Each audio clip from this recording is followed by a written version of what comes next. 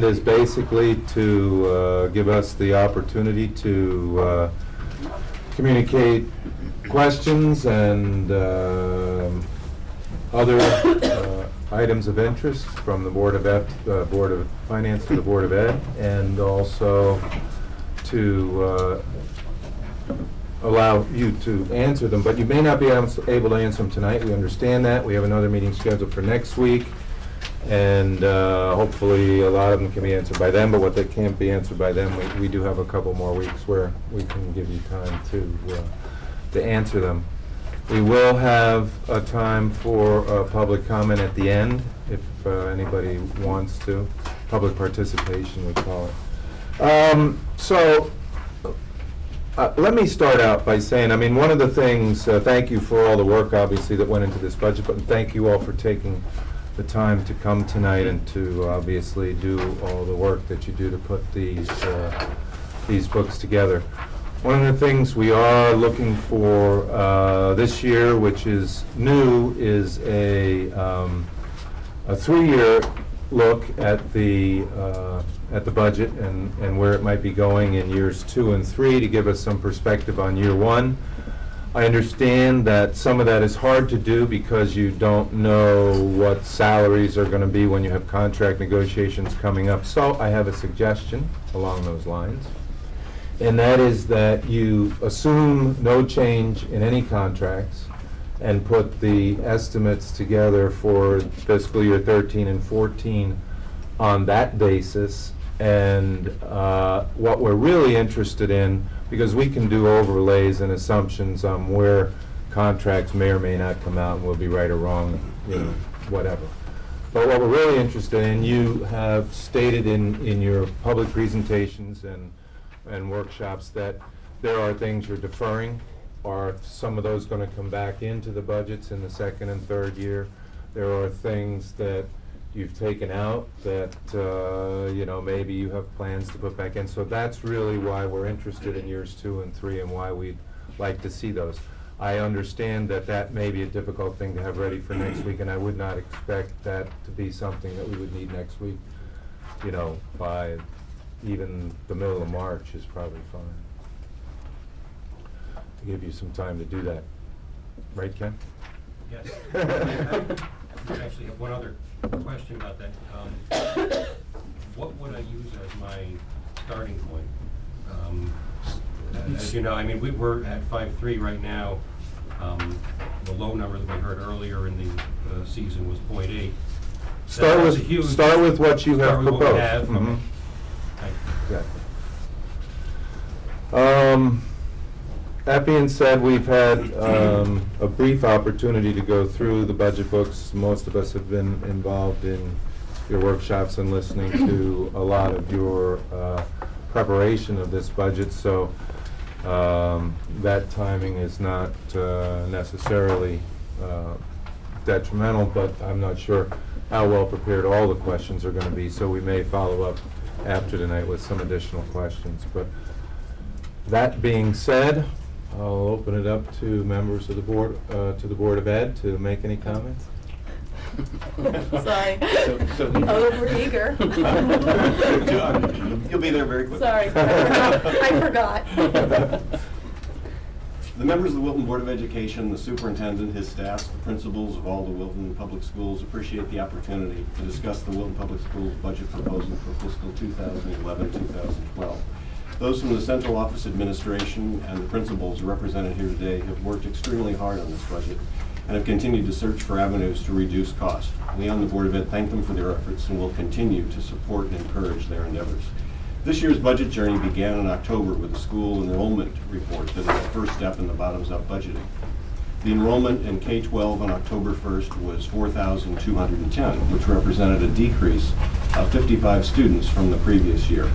During October, November, December, the Board of Ed received presentations on the technology plan, testing and assessment report, facilities, class size, in addition to enrollment projections. On December 16th, we had our first presentation of the superintendent's budget. This was followed by a budget workshop on January 6th, and then due to snow cancellations, the second discussion was held before and after the superintendent's public hearing on January 20th. The board approved The superintendent's budget recommendation of 5.32%, which you have before you on February 3rd. We are here to answer your questions and discuss the direction of the Wilton Public Schools. The team has worked hard on this budget and looks for a collegial discussion. Thank you. Thank you, Gil. So you raised your hand first. Go ahead. I just wanted to go first for a reason, because there's been kind of what I saw as a couple of open items between the two boards that I just wanted to make a couple of comments on.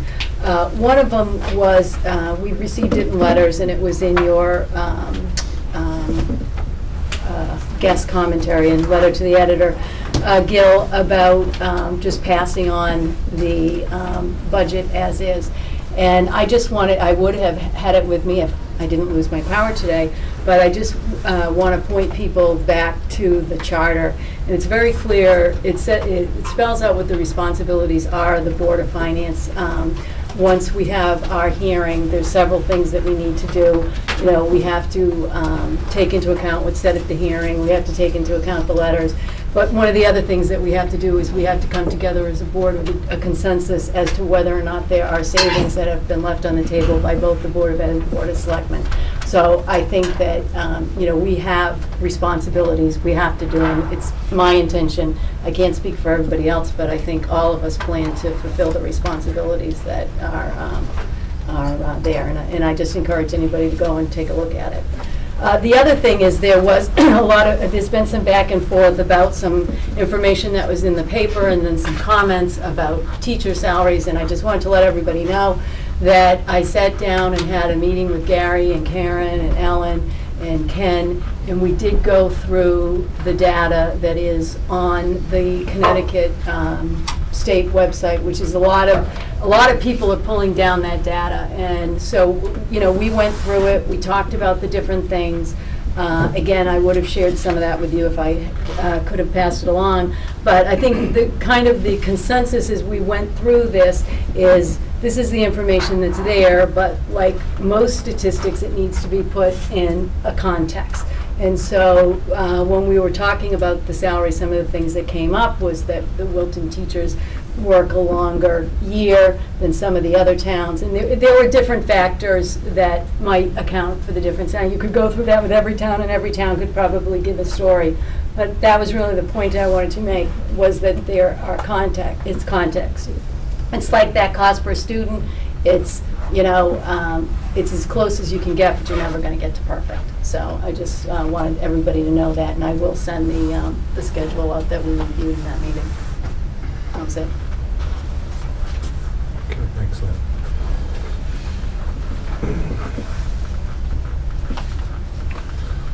Okay, does anybody have anything that you want to open up? How do we want to do this? Do we want to do it maybe school by school, or just have one person go and then exhaust their list and then the next person? I mean, there's a couple different ways we could do this, so. My thinking was to have people go and ask their questions, and where there may be overlap, maybe have people jump in, so that we don't end up circling all the way around again. I don't have a ton of questions. I'm going to save them for the written responses. I don't. 6 years into it, this never seems like the forum to ask why there's 26 laptops, because nobody has the answers at their fingertips. So I think we're at a larger divergence in terms of what's been proposed and what we're looking to bring to town than any of the past years I've done this, which is unfortunate. I'd rather we weren't there. But I do want to say that for the last 3, maybe 4 years, certainly I have been talking about the structural cost curve of the education system and the available money, and how at some point they're not sustainable together. So this may be the point, maybe next year's the point, but it's awfully close. Speak Go up. ahead. I can, Ed. I don't think there's any mics here. No, only the ones for the TV. So, I am disappointed this year to see what I think is cutting and clipping around the edges, which is now, I think, in everybody's estimation, starting to affect core instructional parts of the school system. I don't necessarily see a thought process that's going to make that any different next year. There's just going to be more little tiny $8,000 and $20,000 items to cut. Because I haven't seen, and maybe it's there and hasn't been presented, maybe it hasn't been elaborated on, I haven't seen anything structural, different presented that makes me think that next year we're not going to be back here only with the little cuts even more detrimental to the kids. And I'm going to speak for me when I say that in addition to what Warren said about wanting a 3-year plan for reason X or reason Y, I'd like a 3-year plan so that we know that this is going somewhere, that it has a future. I mean, I don't want to see a 3-year plan where it just gets worse and worse and worse. Hopefully there's contractual inroads that can be made that'll get us closer to where we want to be, but I instead of asking all of the small dollar questions, which I will ask, I'll send them in an email, but instead of asking that, I would like to know what, if any, structural issues have been discussed that are going to bring what the school needs and what the town can afford into balance 5 years from now, 10 years from now. And I would throw on the table that I realize that there's specific contract items you can't talk about, but I cannot imagine that there's a solution to this that doesn't involve bringing the teachers in as collaborators, not as somebody across the table, but they have to be part of the solution. It's too big a part of the budget. And it's just something that I haven't heard discussed. And if there's a way out there, if you've discussed some mechanism where we can bring the cost of the schools and the ability to pay into line over the next 10 years, I'd love to hear it. But I really worry that it's just getting further and further apart, and the discretionary cuts that we have available to us are going to be fewer and fewer and more painful. So, it's kind of a question. Well, we have made a recommendation because 80%, as you know, Andy, of our budget is salary and related benefits.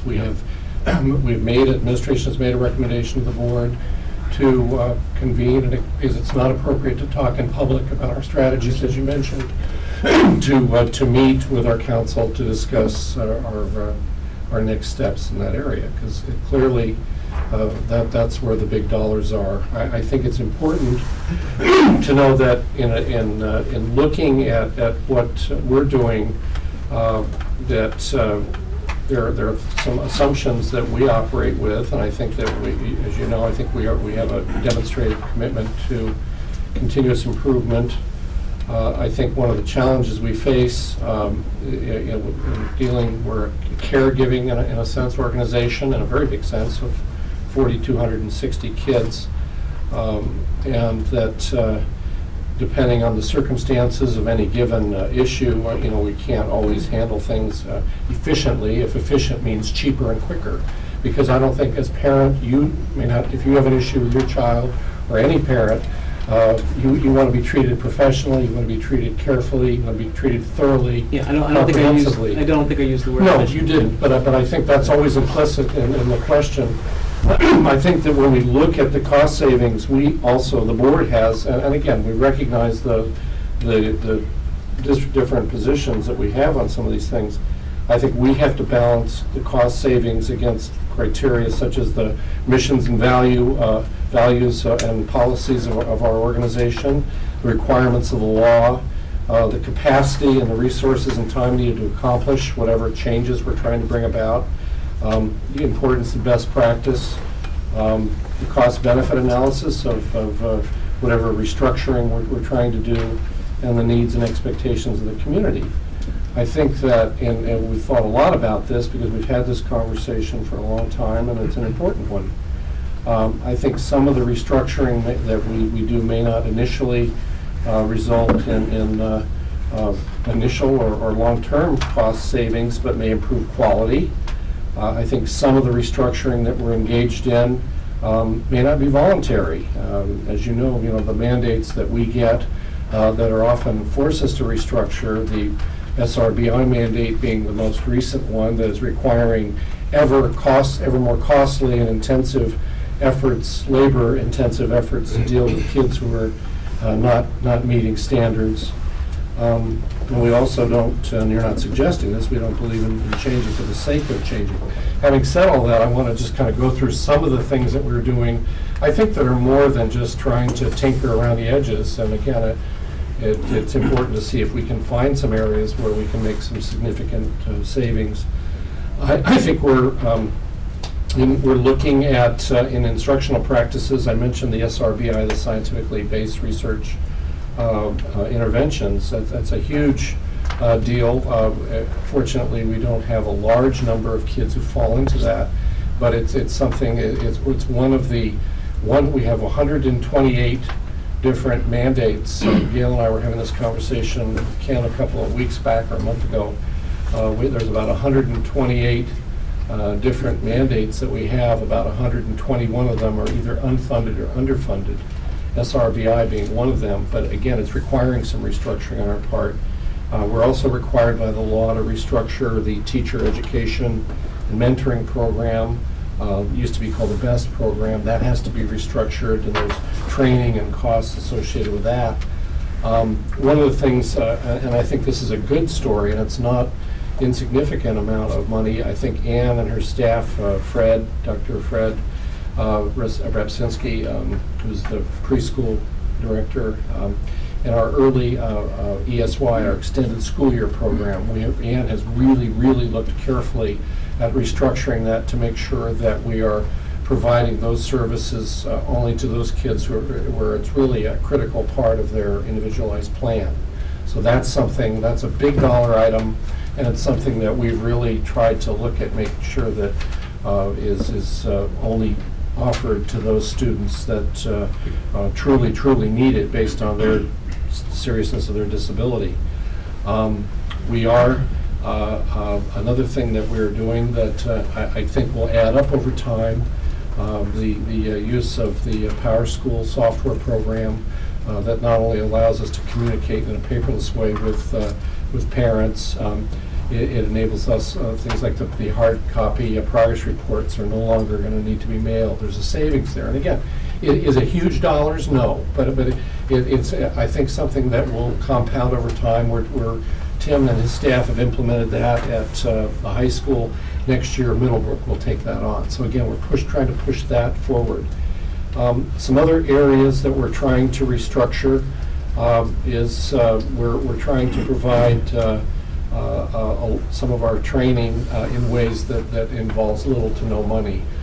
Matt Hepfer, our tech director, has done a lot with offering Tech Institute training, which is after school, some on Saturdays, often using our staff to offer these training programs to cut back on professional development. We're utilizing low-cost CES programs from our regional service center. We're trying to use as much in-house expertise on training. We've been doing more with webinars rather than sending people to conferences that are very costly. We are combining, one of the things Ann and her staff have done is we've combined with other, and this has been something we've talked about in past years at the table, we're combining with other districts to provide training programs that are leading to that the state is required for the youngsters that have autism. Some of the professionals that work with them are required to have what's called a BCBA certification. And so we've been combining with other districts to try and provide lower cost but quality training programs, using the synergy of several districts to provide this training for our teachers and getting, because we're mandated to get certain professionals trained. And has also worked with other districts with some training co-sponsored by SpedNet, which is kind of a parent organization, special ed. So those are areas in the professional development piece. In staffing and human resources, we have one of the things, and I may have mentioned this last year, Ellen worked with Ann and developed the Go Where You're Needed pool of paraprofessional substitutes, so that we're required under contract with parents with certain cases to have paraprofessional support for kids.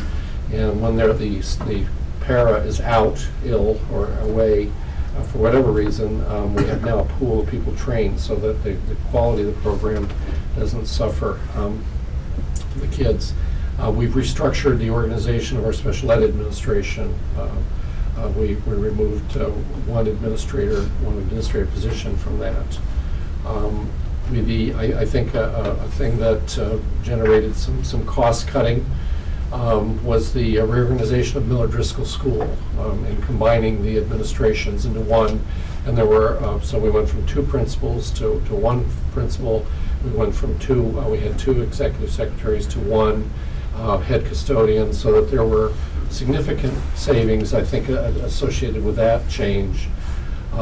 We've restructured the audiovisual function in terms of the support staff here at the high school. I think another area that we've been looking at is in terms of long-term planning. As you know, the board had adopted in May a strategic plan, trying to, and one of the components of this was a budget component to try and continue to look at ways to do better work in the budgeting process and make it something that hopefully will be acceptable to the community and will also help us reach our objectives. Another long-term planning thing I think that is very significant. We have had for a couple of years now. We've had a software online work order for our facilities maintenance, which has cut the paper out and has made it more efficient. Has enabled us to track the efficiency of the work that is done. Efficiency is important in looking at those kinds of operations. One thing that Ken and Sean O'Toole, our maintenance director, are working to install is there's a software package that will allow us to really carefully track the hundreds of pieces of major equipment that the HVAC equipment, and literally there are hundreds of some of these very sophisticated pieces of equipment, to track them with regards to, where are they on the warranty cycle, where are they, when are they going to need to be replaced, and the goal here is just to avoid getting to a situation where you have a catastrophic failure, where you have an expensive immediate need to, if you can't heat a building or something, and the heating units have gone down.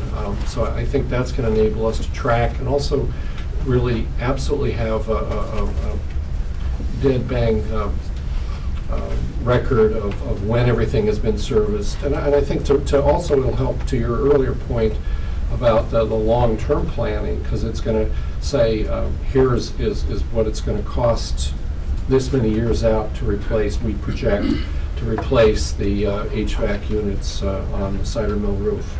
We forget Cider Mill, I always feel, is a brand new school, but it was 1996 or something that school came online. So things are going to begin, some of the equipment. So that's I think a significant deal when you're looking at the cost of capital kinds of items. Another thing that we're hoping to be able to do this spring, once the budget's finalized, is to participate in the reverse auction process, which I think is going to other districts that have done it in the state have realized some savings, and we think that is something that will be significant, particularly with the technology that we purchase.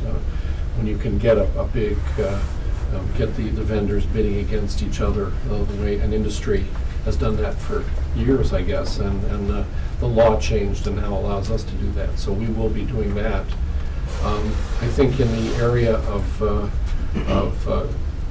energy conservation, again, I think it was a good story to tell about energy conservation. Sean is continuing to look at how we can get grants from CLMP to do some, they will, the incentives to do some of the projects that we will be doing will generate some significant savings. So these are some things we can, I don't know how well we'll be able to quantify them in the 2-year lookout, but these are some of the items that we're doing. I think most important, and a huge area, and I'm sorry for rambling on, but I wanted to share some of these things. It's all leads to Yeah. more transparency. It's good. Yeah. I think one of the areas in the cost, or the big part of our cost, which is salary and benefits, is the continuing effort to restructure the health benefits program through negotiations.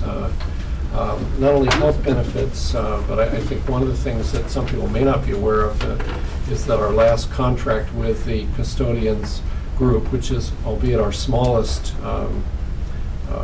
employee group, we negotiated 2 years of 0 salary increases, and for all new employees that began this year, a defined contribution retirement plan. So I think that really looking out and again trying to restructure significant cost area. Finally, something that Ken has been working on with Sandy Denny's that you're aware of is that we're working to an agreement, and it's still in process, to consolidate the employee benefit program administration between the municipal employees and the employees of the Wilton Public Schools, and that will give us a larger pool. It will also, as the plan takes into effect and the town is able to provide the resources for its part of the coverage, will generate significant savings to the town for years to come. So we're excited about that, and again, we met with Ed Norgard, our insurance advisor, and just the other day looking at where we are with that. We've shared this with our board. It's been shared with the Board of Selectmen. So I think that is yet another thing that can help us address some of the cost curve issues that you referred to. So I think that we've never assumed that everything that we do is the best way it can be done, but I think as we're looking at the challenges that we're facing, we're mindful of the need in areas to retool and to think about how we can organize it in a way that's going to allow us to carry out our mission, but also to do it in a way that will be supportive of what some of the community pressures and recognize some of the community pressures, while also fulfilling our mission as a school system. So again, these are areas that we're committed to working on, and I think there'll be others that will help us in this area. I've got, maybe I could follow up on just, Sure. You mentioned unfunded mandates, Mm-hmm. and I know there's a lot of them. If all of them went away, I'm guessing there are many things that are actually good things that you would support and we'd continue doing, Right. even if the legal requirement wasn't there any longer. But I think I know there are some things that we either stop doing or do differently. And I'm wondering, so if somebody waved the magic wand and you could do it the way you really felt was the right way to do it and get rid of maybe some things that you thought didn't provide value, in very rough round numbers, do you have an idea of what that dollar savings might be? And the reason I ask is, if That may be one of those I'll get back to you. If that was, I'll pick what I assume is going to be a wild number. If that was a $20 million savings, then I would think that myself, us as a board, you as a board, the town population might take that as a real cause to try and, enact change. If it was only, we only save $500,000, then all right, well, that's probably not a big kettle of fish, and, it's a pain in the butt, but, not worth putting much time and energy into trying to change some of the legislation. Well, this is a conversation we've had with Gail. Legislature, so we're counting on big things in terms of that. The magic wand's right here, Janice. I think some of the 128 things I mentioned, some are reports that require, half a day. Some of them are reports that require months of time. I think one of the frustrations that we have is that, and at the risk of sounding like an anarchist, someone said, what was being offered the job of Commissioner of Education. He said he couldn't take it because the first thing he would do is disband the Department of Education in Hartford. And I think that some of the reporting that's done is one wonders, since there don't appear to be a lot of people still working in the State Department of Education, why we're continuing to fill out reports that may not have real efficacy or can help us do our job better. Having said that, some of the big mandates are ones that we continue to campaign on. I think the special education is an important service. It's a one that I feel very passionate about. I think it's done great things for kids in this community and other communities. But I think the fact of the matter is that the mandates, they've never, as you know, paid more. The feds, when the special ed legislation was put through, never paid. Have never paid. They promised 40%, and we've never seen more than 17%. So I think one of the things, as we pounded on Gail about, is how do we look at leveling the playing field and having mandates that allow us to provide quality services without some of the other aspects of the law that are pretty onerous and very costly. So I think that's a big area. And I think Connecticut, the whole burden of proof issue that you're familiar with, is something that is big. We're concerned about the excess cost reimbursement. As you know, that is a moving target. In previous years, the reimbursement for costs that exceeded per kid 4.5 times our per pupil cost were reimbursed over that $62,000 mark. And this year we don't know what we can expect in per pupil or excess cost reimbursement. That's an area. So I think there's some things that really continue to be a cause for us to try and work with the state. Right now I have a cause that has no cost bearing, but having to do with the cancellation of school days due to inclement weather and the state's rigidity about how that's going to play out. So we're not getting much sympathy from that in that cause celeb. But I think the state needs to look at ways that districts, should we have a catastrophic February, March, April, I don't know, pick your how many months we're going to be going through this, that they would allow us to meet our requirements using some more creative approaches, Saturday schools or doing something using some of the technology at our disposal. They haven't been open to that, so I think those are areas we need to look at. I think, Jim, also, you participated as an observer to the collective bargaining process.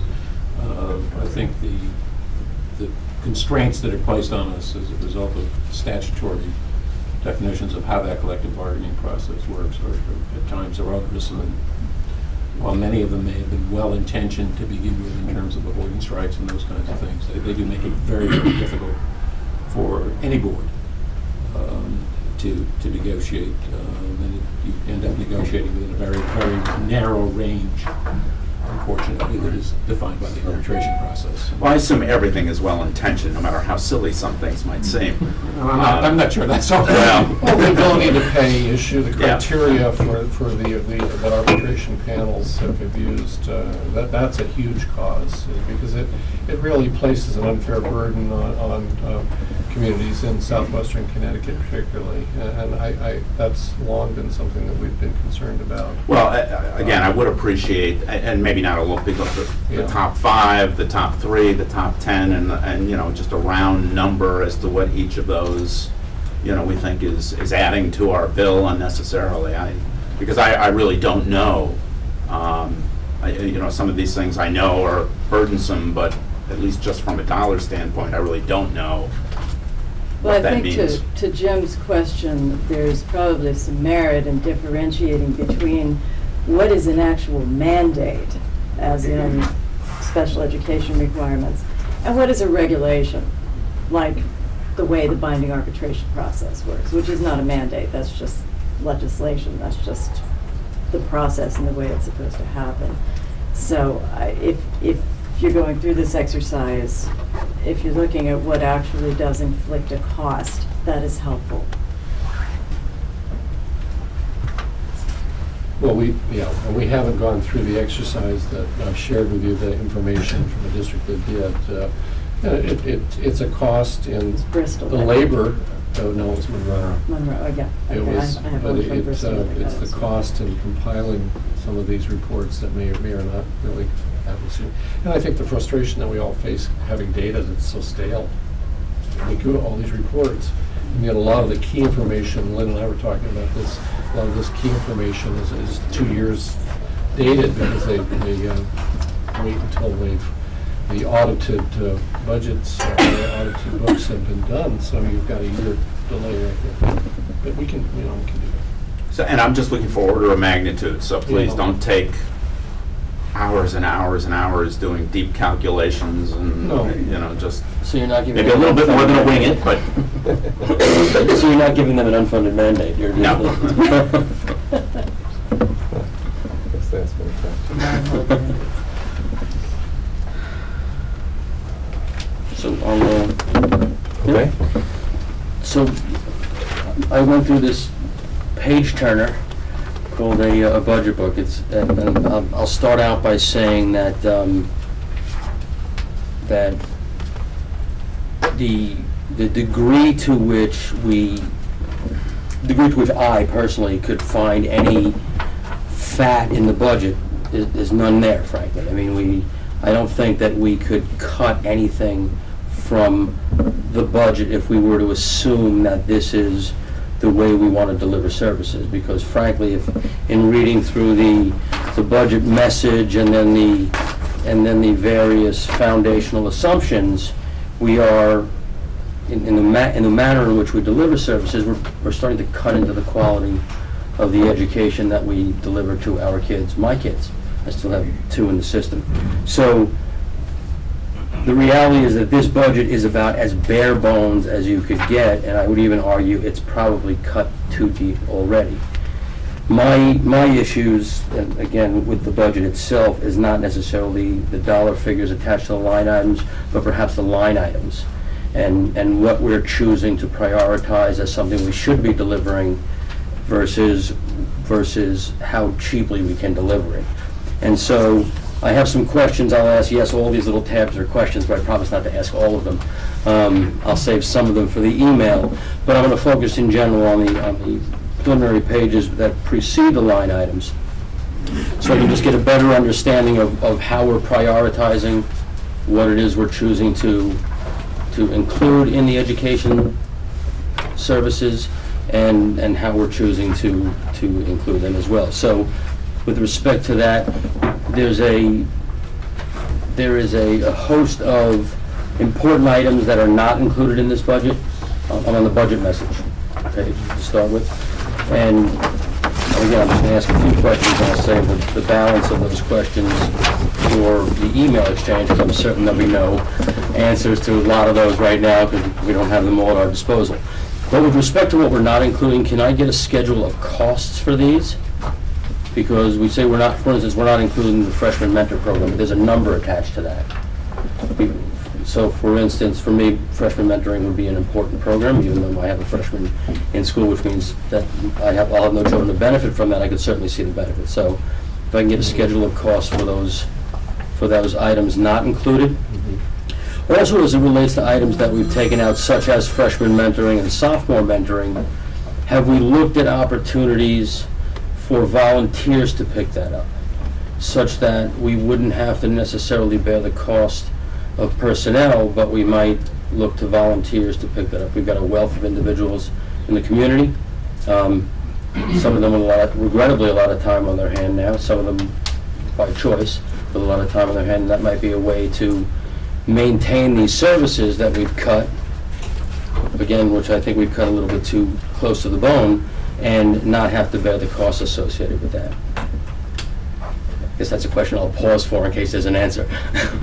Well, I think that one of the issues with volunteers, and we've had this conversation before as well, is that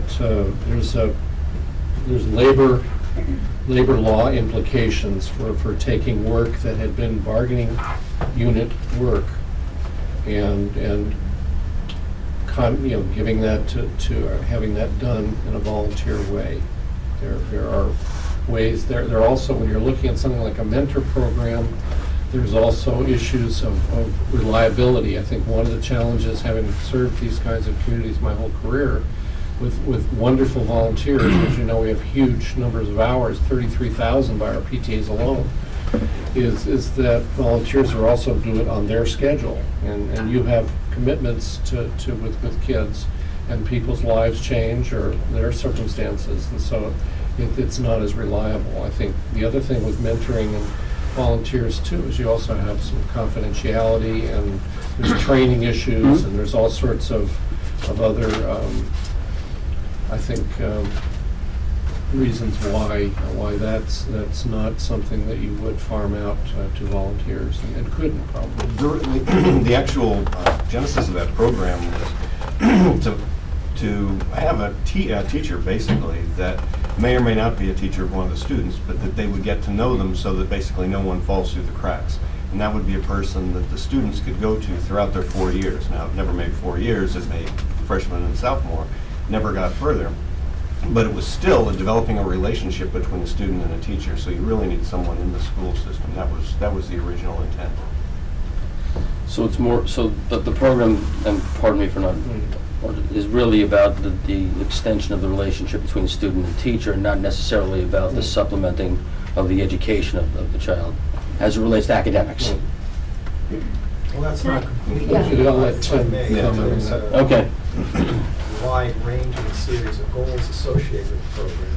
The most obvious being supporting the transition from 8th to 9th grade, which research clearly suggests is so critical to success in high school. Beyond that, there is opportunities for conversations around the support of students' academic progress. The cohort of mentors, they're all certified teachers, members of our faculty, and there are conversations about how to, for example, prepare for midterm exams, freshmen going through that for the first time. The idea around self-advocacy, how do you promote those skills with students, so over the course of the 4 years, it's not necessarily mom or dad coming to the rescue, things of that nature. So there's a variety of goals. I believe Dr. Richards did cover the primary reasons as to why volunteers would not necessarily be a match in terms of what we're doing now and what that type of program could possibly yield to benefit students. Are there, just sticking on that a little bit longer, are there outside organizations that provide similar services that can be contracted, and have we looked at both A, doing that, and B, if there's, what the cost is relative to what we pay if we were to do it in-house? I'm not familiar with that. So, and again, I think there is some of the same labor law. Same labor law. And again, problems with that.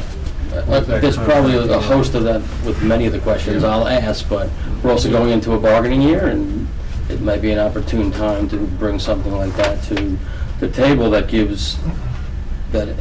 enables the the participants in that negotiation to be part of the solution. Now, in instances where we have the special ed being one, where we have turned to outside agencies, when we don't have the resources internally, or don't have the particular match in terms of certification, that's a much, much more expensive model, generally speaking, than having your own, you're having your own staff trained in district and available on an ongoing basis. It's not an economically feasible model, generally speaking, in an organization like a school. There's also I a central I think that's, issue. I'm sorry. So there's also an issue of who the employee answers to. Do they answer to the school personnel, or do they answer to the agency? That's an issue we've faced, you know, with Dan has been dealing with, in special education, with outside agencies that she may have inherited that had been working with kids, and you know, how do you, is it cheaper to, and more effective to train, to develop the capacity internally rather than, because their cost structure goes up each year as well, and so we're looking at ways to not, if we don't need to, not outsource something. Sometimes you do outsource it because it makes, the cost benefit is such that. Depends on the structure of the agreements as well as the structure of the personnel within that organization. So I appreciate it can be more expensive or less expensive to some degree. And can also additionally, when structuring the contract appropriately, you can work out those issues relative to who they report to, et cetera. So It's still just curious, it's something that we look at. Can I just jump in and ask a question? I Or is have it so many follow-up? questions, but No, go ahead. it's on that same page. I'm just kidding. No, I just, Go ahead. before we leave that page, and what you were saying made me think about it.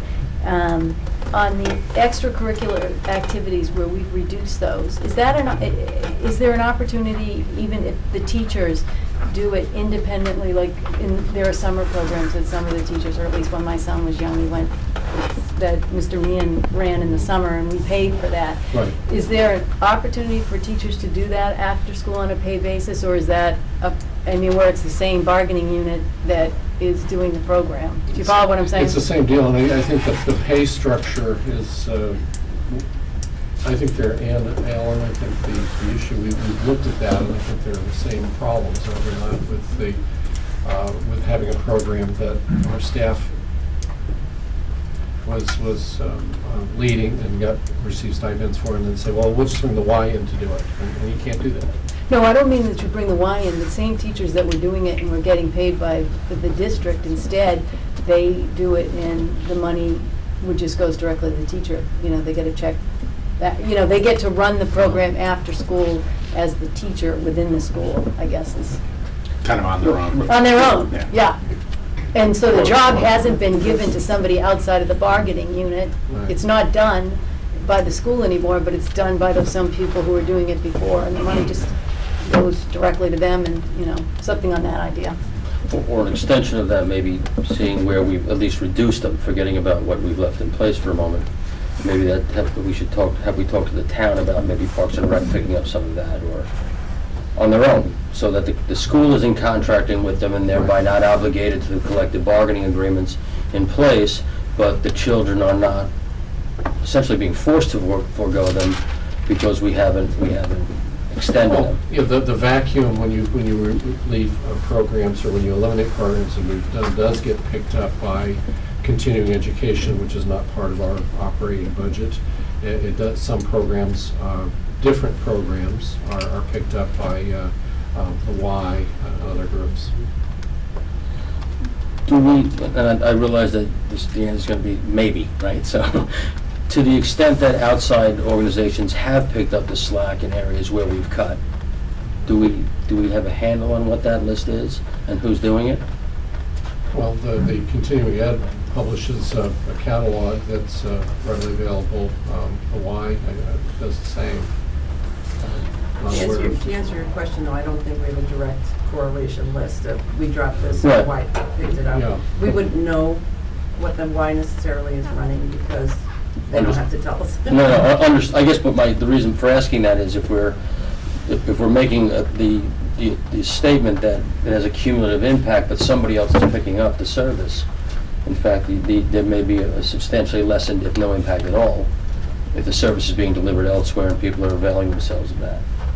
So And that's, that- I was just wondering if we track that to some degree. Understanding full well that once it's outside the purview of the Board of Ed, it's not your responsibility to track, nor are they obligated to tell you about it. One other thing on that page, because I did have a couple of questions, but I was sorry. glossing over them.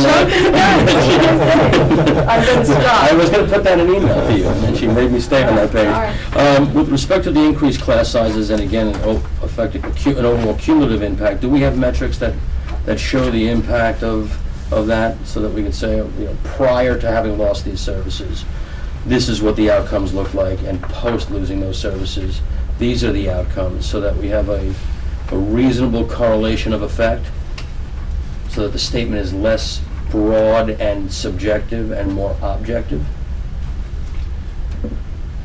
I don't have metrics. I don't know, I'm not sure how you would set up metrics to accomplish what It's really the problem with that is it's the cumulative effect over time. So you'd be, I mean, I guess if you looked at a time span of 13 years, and we're able to, we have that luxury. Well, let's hope we're not losing all these for 13 years. Al, do you mind if I just jump in? One quick question, Dick, and that is the actual ratio of classroom teachers to students last year was the same as 2004. So I saw that same statement that that we're preventing further erosion, and that we had the classroom teachers that I couldn't find enough data to go back to beyond 2004. But as I said, we haven't changed the number of teachers per student in 6 years. It goes up and down, but it is It's in the class it is size where it was. report. I think we have the Yeah. historical. Well, they move from year to year, but the total number of teachers, total number of students hasn't changed. So, just to follow up what Al asked, is there any, because what you say is true, it's a 13-year process, and during those 13 years, depending on the makeup of ninth grade versus the makeup of third grade, is there any way to measure Well, I could speak to what high these, school. okay, yeah, sure. Over the last 10 years and prior, our student ratios averaged 15.1 students per teacher. And as a result of the Board of Education and Board of Finance reductions last year, for the first time in my memory, we had to reduce certified staff beyond the recommendation that the administration had made, yielding a ratio of 15.6. So there's a substantial increase. Again, that number, I'm sure, sounds troublesome to the community. It implies that that's what you would find in most of our classes, and it's not the way it works. Right. It's a very complex process, and that ratio yields based on our certified staffing compared to our total enrollment.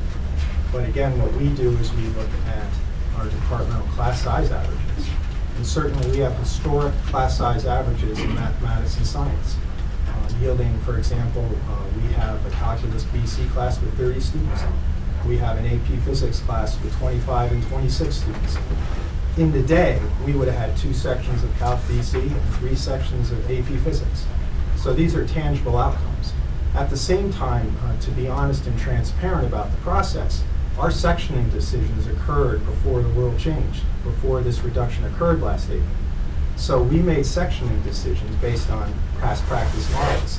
So in the future, we recognize with our current proposal for an increase in staffing based on our increased enrollment projection of 18 students, we're coming in at approximately 15.5. So we're coming in substantially above our past average. And we know that we're going to have to make sectioning decisions this spring, which would perhaps negate the possibility of offering a course like bioethics, which has a very small number of students this year, or a course like human biology, or a course like AP music theory.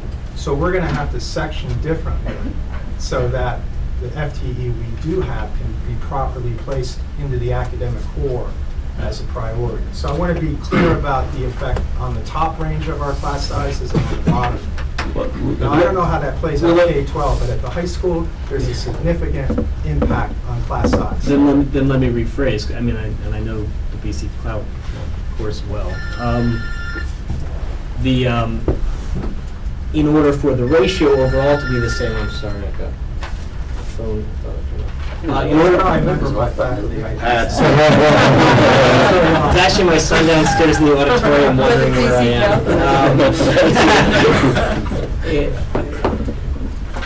In order for the ratio to stay the same, as the bubble moves through the high school, which it's doing, at the same time, you're looking at probably a reduction in ratio somewhere else. So, is there a way to measure that effect on a kid who goes through 13 years of school? As these ratio, as 1 year, the high school's teacher to student ratio is out of whack one direction, and Cider Mills is out of whack a different direction. So other than simply saying that larger classes are less effective, is there a metric for measuring the effect of, plus a half, minus a half teacher to student ratio over time? Can I follow up on Andy's question because I think it's part of the same question. Tim, something that you said provoked a larger question for me.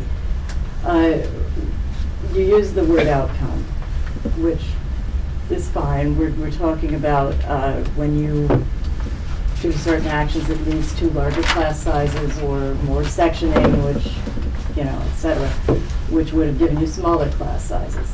And I am not a professional educator, but when I've had, and I will not pretend to be or presume to be, but many of the discussions that I've had with various people in the profession, when they refer to outcome, they're referring to learning outcome, as opposed to class size as an outcome. Class size is a means to realizing, hopefully, the best learning outcome. And when Andy's talking about measurement of the impact, I would think that ultimately what we would really be concerned about is, are these people learning?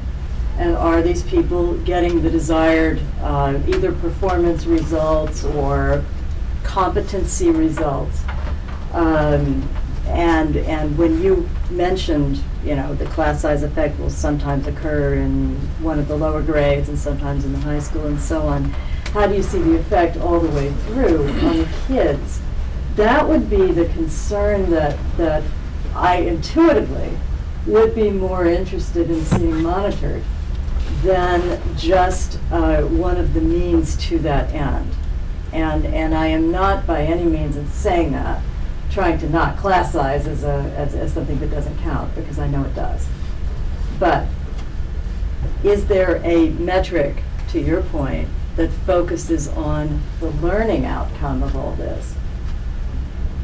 And what is it, and what has happened to it over the course of these years that we've just talked about? That makes sense to you? Yeah. I think the professional staff will have some things to say about that may be different than what I'm going to say. I've had the benefit of seeing 7 of my own kids go through the schools, and as they look back, from their perspective, the kinds of things that they define as for them defining experiences would have been so hard to predict at the time. And for one of them, it was an extracurricular activity that he participated in that literally ended up defining what he's doing professionally. Rather, for someone else, it was a creative writing class. He's a writer. I'm not sure it is, as Tim describes, those decisions that get made along the way. There are invariably courses that won't occur. There will be kids who won't be able to be scheduled into certain courses. How you measure that is just, I don't know, except by a very long-term approach, a retrospective view. But I can tell you, without question, it has an effect. And it has an effect on individual lives. And I think we're all here to have each kid, each child, sort of maximize his or herself. And as you look at ratios, they're numbers. And I think Tim understands the mechanics of putting that model together better than anyone else I've met, and certainly even sitting at this table. but just intuitively, it has to mean a less individualized experience for kids. There's just less time. And, you know, I'm not sure how you measure that year to year, over 3 years, 5 years, but there's an accumulative effect. And I think one of the things that we pride ourselves on in Google is trying to create that individual experience. And when we went through our strategic planning process, one of the phrases that just jumped out at me, and it was, to me, just caught me, was so meaningful. And we talked about the whole child, that we know each child. Now that's, you know, does that actually happen every single time? You hope it does, it may not, but I promise you, with fewer staff, it will happen less. I can't quantify it. I can't, you know, give you a metric, but I promise you it's true. Well, I don't think, Dick, anyone is suggesting that having fewer teachers is a better thing. I don't think anyone would suggest that. Or that didn't have an effect. More teachers. Yeah. But the question that I heard is what happens when you change that ratio? No, we were talking about fluctuations in class size over time, over different grades. And there are many attempts nationally going on right now to try to measure learning outcomes and tie them to teaching effectiveness. And I was asking whether we have some metrics we're using in terms of learning outcomes that we can look at over that same period of time, and again look at some of the kids who might have been in larger classes and others who might have been in smaller classes to see whether we could discern any perceptible effect there. I think what I'm saying is that there are qualitative metrics that are going to be very difficult to get a handle on, that I think are as important and sometimes more important. I will add to your point, though, Dick. I mean, creating individualized experiences for kids is great, particularly if you have a never-ending bucket of money to spend. But I would argue there's a line now to draw on where you stop creating an individualized experience for each and every kid. And, you know, Tim, to some extent, mentioned it when he talked about having to resection for classes that only have a couple of kids in them. It isn't, you know, it isn't possible anymore to give each and every kid an unlimited, individualized education experience. And I'm not sure I said that. Well, I don't think you did. I'm asking you where you draw the line. No, Is that was my not my- well, my that was not point my- is, where do you draw the line? Because you didn't draw a line. So I'm saying, where do you draw the line? I think we have a program, have had a program that I think essentially has achieved a reasonable balance in doing that over time. Just to get back to my Well, original. excuse me, I think, let me just, and I think as we continue to chip away, we will diminish that, and we will lose something. That's my perspective is that simple. I'm sorry. Which brings me back to my original question, which is 2004, we had teacher-student ratio here. Last year, we had teacher-student ratio, same number. So there's a lot of reference made to chipping away and eroding the quality of education. Did we have a poor quality education in 2004? If not, why is the same teacher-student ratio bad now? Because it's a little higher than it was last year. I'm not sure I agree with your assumption. When you say we have the same student-teacher ratio, Classroom teachers divided by students. And maybe there's something buried in but those the program numbers that's changes different. the program changes year to year. There are so many variables that I think affect that model. I think, you know, I think you go more deeply than just divide the number of students by. I mean, I only have Yeah. those to go by. I think, and again, I don't want to leave the impression out in the public, and I don't think Warren meant this, that we have not developed, because this is not one of the elite, you know, independent schools that has 8 kids in a class and then everybody is on a totally individualized program. And again, I'm not teasing you a little bit, but we have not. I think individualization has been something that we've talked about as we've learned more about learning outcomes and the wide variance, even in advanced placement classes. I know that even if you talk to the advanced placement calculus teacher, that there's a huge continuum of ability even within that elite section of kids. And so I think when we talk about individualization, we're talking about how do we try, and it doesn't always mean fewer kids, but adding to the load makes it harder to differentiate the instruction where we can. To have a totally individualized program is not realistic. No, and I didn't. You weren't I was just suggesting asking that we have that. I think one of the metrics, or one of the things that we have to look at is there's been, in the last 10 years, there's been a much greater inclusion of youngsters. I mean, you're looking at 10% of our population that's been identified with learning disabilities. Most of them, fortunately, are not the severe, and we have a very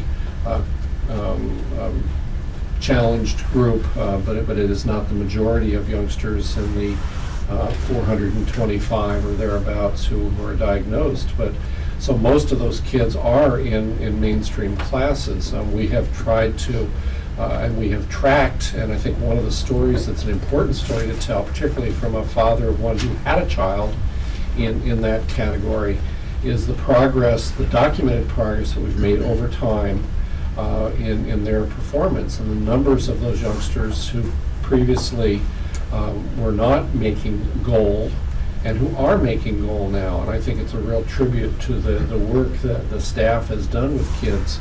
And that becomes harder.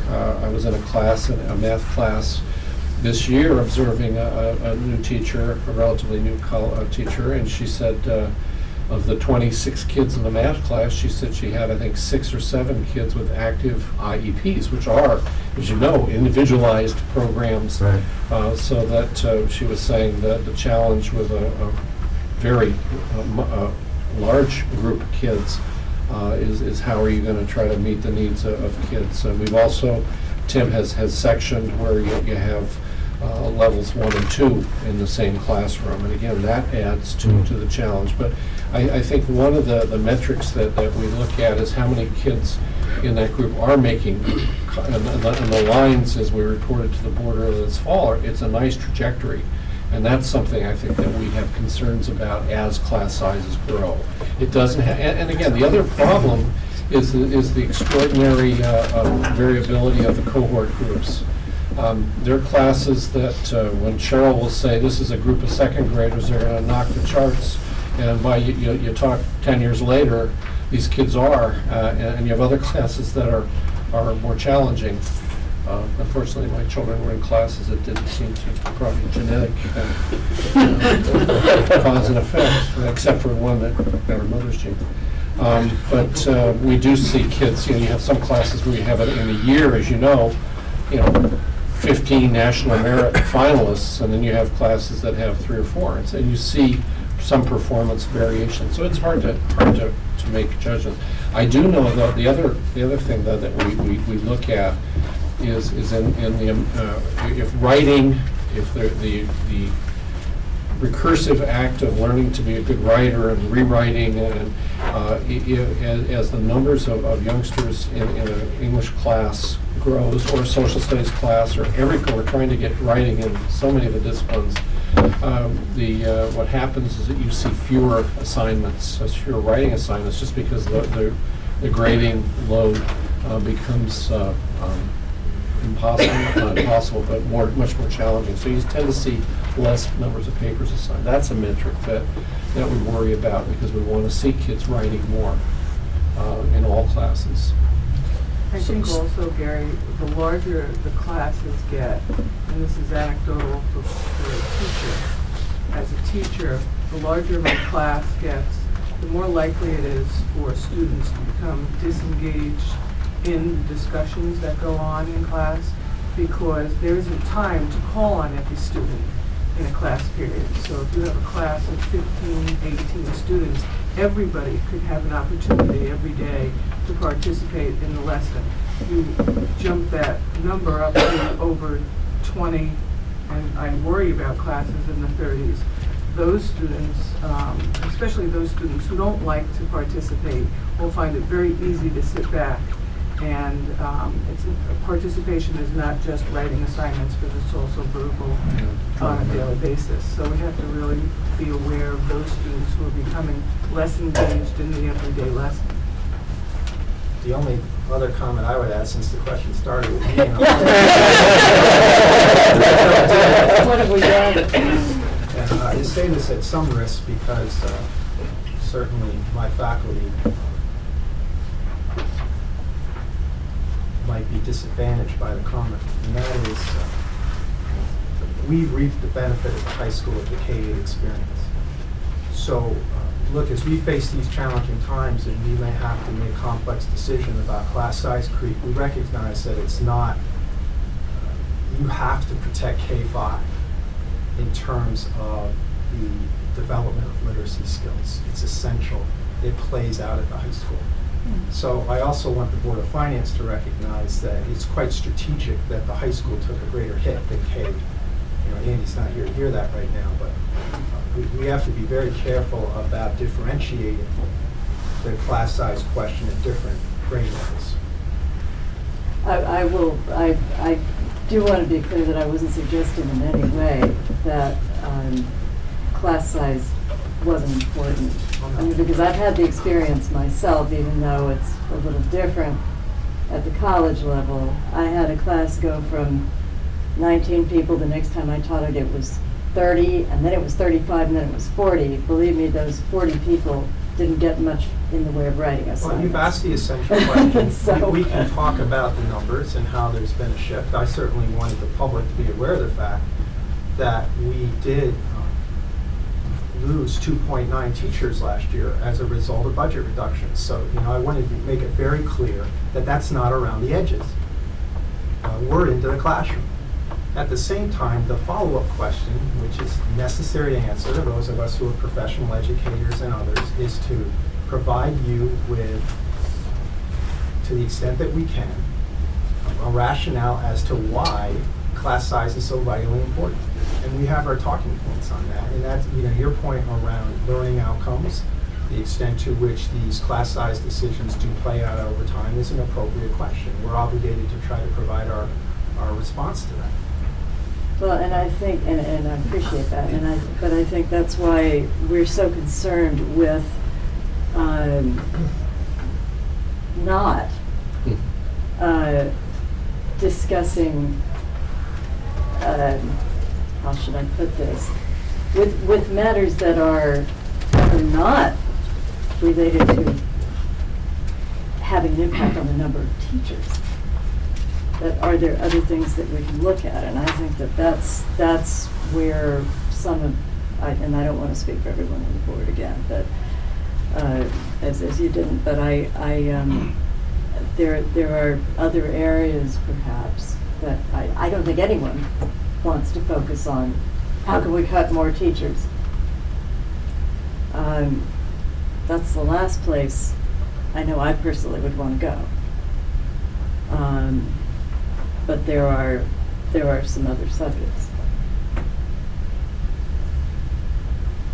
Do you want to pick up where you Well, since left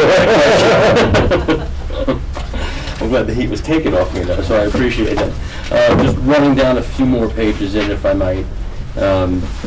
Look at enrollment projections going out, and we see the deceleration, if not a decline in that through 2018. I know we've seen staffing changes. Is there a corresponding anticipated course adjustment or retirements thereof that goes with that we have that we can have access to? You know, that sparked something that is to Jim's earlier question. That is a mandate that was passed with, well, as he said, well, they're all well-intentioned, but the state, starting with the class entering in 2014, has mandated a significant increase in the number of units required to graduate from high school in Connecticut.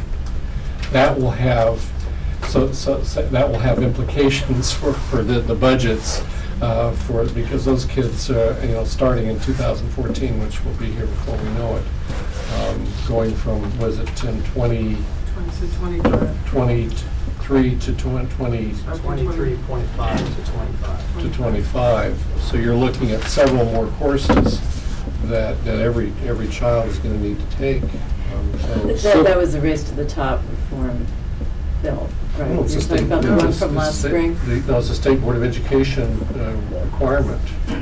They passed. Right, but it's the one they passed last spring, which was designed to get us race to the top so anyone can get it. Right. Now, again, maybe if you know any legislators on the Education Committee. Of course, yeah. And again, it's well-intentioned, but that will have an impact, even as enrollments decline, because you're going to have kids taking more courses.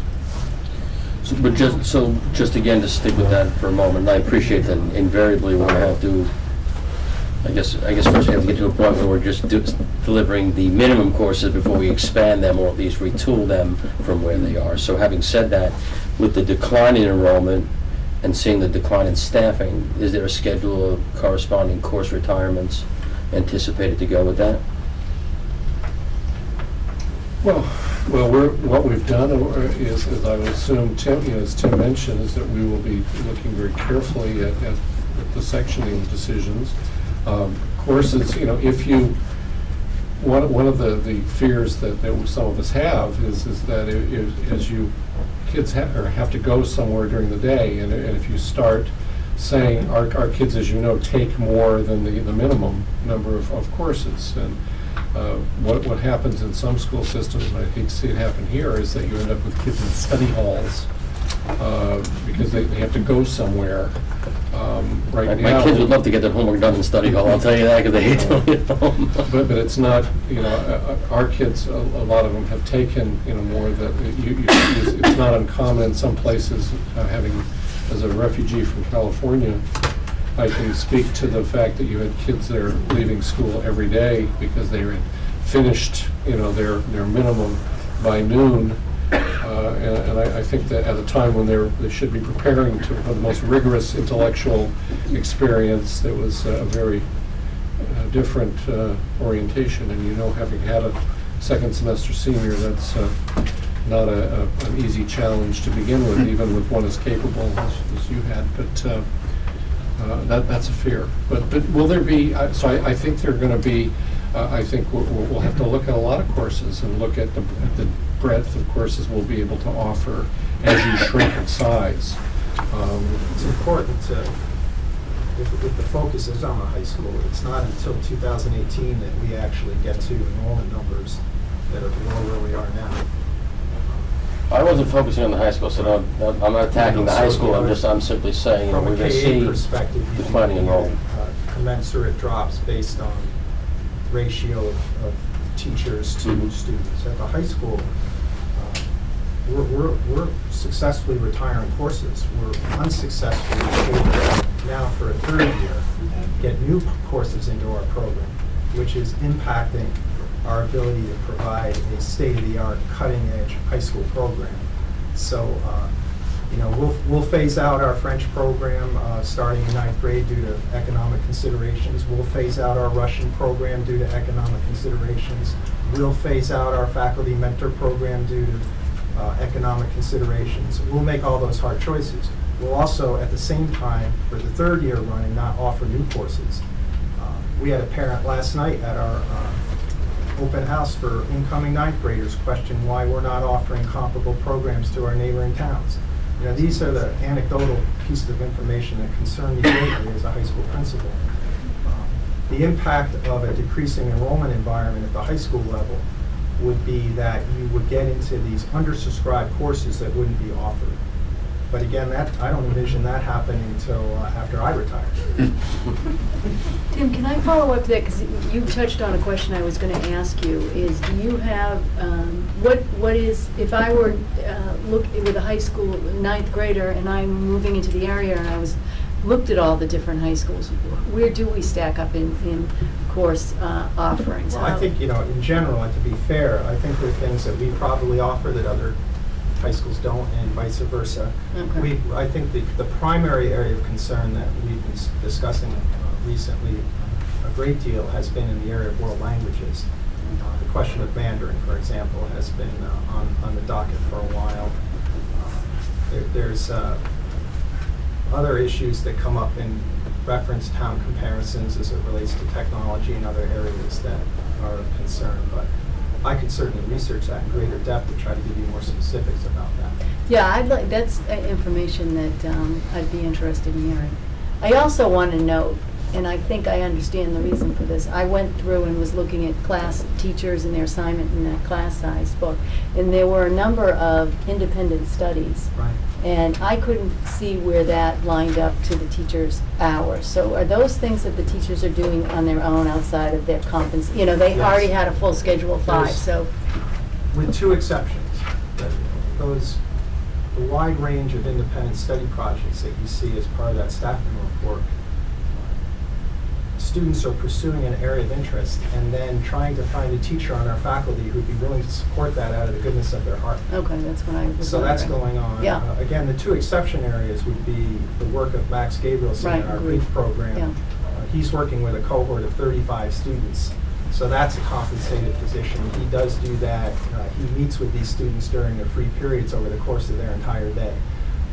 Also in accounting, we have a grant-supported position there in independent study related to the Perkins grant. Oh, okay.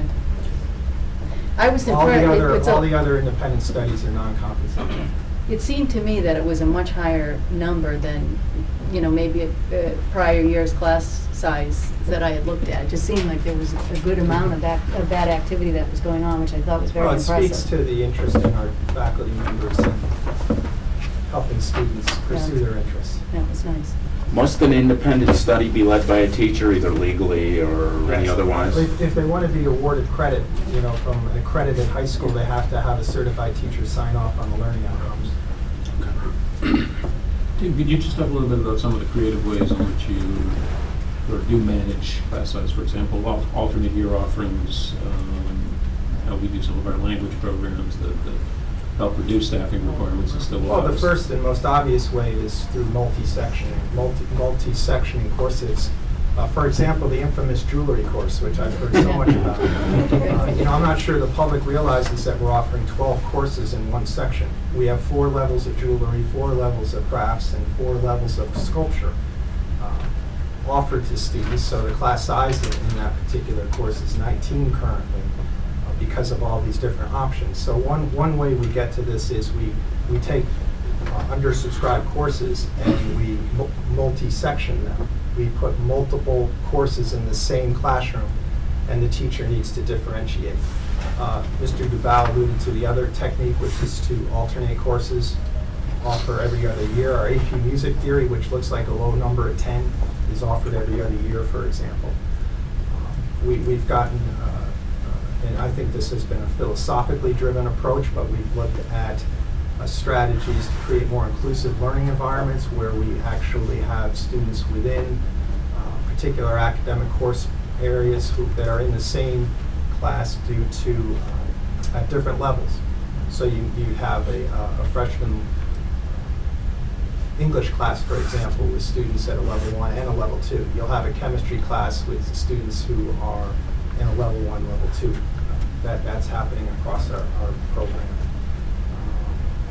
Those are the primary ways we try to get creative about that. We try to make intelligent sectioning decisions in the spring, which is a very delicate process. And we make good guesses, and other times we're off a little bit. And that's why we have to monitor those class size averages by departments.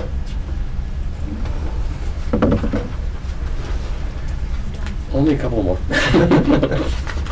Nice to start a conversation.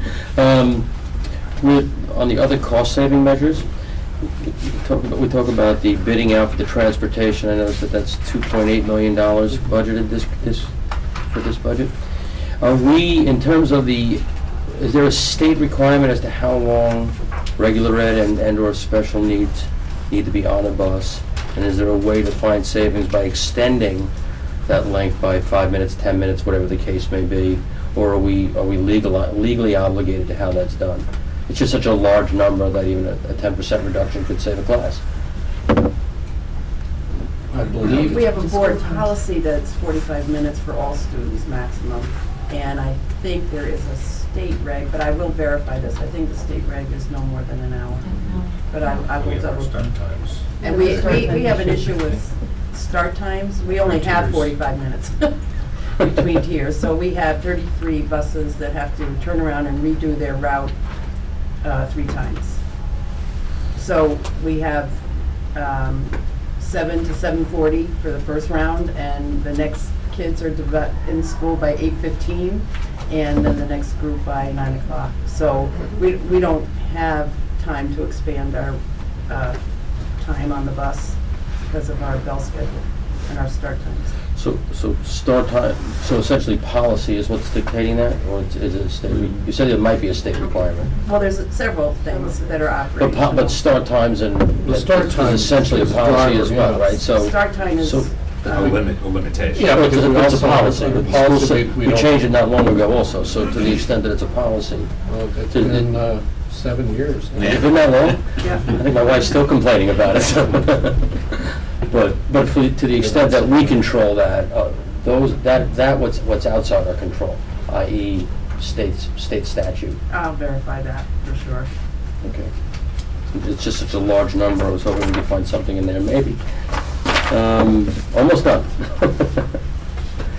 The notation with the increase in the town retirement for classified employees, it's a 27.6% increase. Is that a monthly, I'm sorry, not monthly, an annualized average addition to the benefit such that, I'm looking at you, but I probably should have We're talking recap. about the 360. 361,000, is The that a? town, that's the municipal pension fund, which is the fund for town employees and board employees who are not covered by the teacher retirement pension system. So it's secretaries, custodians, those, and there are a handful of administrators who are not covered. What I meant, my question, because my question isn't what is that, my question is, does that payment bring us to full, or is that what the anticipated contribution needs to be so that the actuarial smoothed out over 5 or 10 years will bring us? It's the actual plus 15 or whatever. So that's in compliance with what the policy is, okay. To try and get to that's- fully funded. That's out in the out years. With Okay. actually 2 levels. One is the actuarially recommended contribution. The second is a The Wilton policy right. to make it an additive contribution. But no, I just wanted to make sure of that, because I know that we have the same policy, but I wanted to be clear that that carried through down to that as well. Or But that's was it not an the- increase in benefits for current. No, I didn't think so. It's in that budget. And I also wanted to clarify that for the public, that it wasn't an increase in benefits, that in fact it was a contractual obligation to meet full satisfaction of that obligation in the out years, and I wanted to just confirm that. And then finally, sorry. With respect to the non-recurring site work budget estimates, there's approximately $1 million that's pushed out till next year. And given the current state, interest rates, et cetera, has the board given any consideration to maybe doing some of that sooner rather than later? Again, not leaving the cost of the budget where it is for a moment, given the interest rate risk of waiting, given where the cost of construction and other projects are relative to normal, we are substantially below that. Has the board given consideration to moving some of that forward? The answer is yes. We agree, pending a discussion with the Board of Selectmen next week. So is this what's going to the Board of Selectmen, or potentially moving some of this forward? Actually moving some of this into a capital bonded project. We had, for example, Okay. a bathroom refurbishment, which Mhm. we desperately need at both Middlebrook and the high school. I believe there's 10 bathrooms at Middlebrook and 20 at the high school. And we initially, you may remember, we had it spread out for, Right. 5 years out on this plan. And at the suggestion and direction of the board, we're proposing to bond that as one Okay. bathroom project, so that will take that off the operating. So some of this should change from this, depending on the outcome of the discussion with the Board of Selectmen and subsequent. The outcome will produce relatively small savings in this next proposed budget. Right. The impact will be in the following. So then when we, I'm assuming that the outcome of that when we see the 3-year projection, we should see a marked difference in years 2, 3 as a result of that. Or a reasonable difference, maybe not a If it marked were to difference. occur, that's a selectman's issue. Right, assuming that things were to go. Okay. Can I just, I was at that meeting where you went through that, but because we didn't have the information requirements, I'm not sure. Are you talking about the entire 975 on this list of asking for those items to be No, funded, no, or just no, no, selected it's not items? Selected at Middlebrook, if you want specifics. Can you just run through, yeah, Sure. if we start at the top of The, the 10 and move down, which ones are included? It starts at Middlebrook. Oh, okay. The upgrade and refurbish the auditorium, the $145,000. Okay, Actually, the next 3 items underneath that in the 12-13 column, the AC in the auditorium, Okay. renovate the band room, Yeah. and renovate the family and consumer science room. okay, And then at the high school, it's $60,000 in 11-12 for refurbished classrooms, and Okay. $120,000 in 12-13. Those 2 years combined are to refurbish the art wing at the high school, Which has not been $180,000. its Okay. original 1970. yeah. And then 3 items below that is $80,000 to repave the main drive at the high school. And we're also adding to that to repave the parking lots on the capital plan. So those are the items that the Board of Selectmen will see when we meet with them next week. Okay. And if they approve, So- then A they'll little come more up than with this plan. $500,000. So I would say let's leave out the main drive. All the other things that you mentioned, it appears to me that those would be all things that would outlive the life of the bond. Is that fair? If we were doing an 18 to a 20-year bond, all of these things would have a useful life pretty much in it. They have so far. Yeah,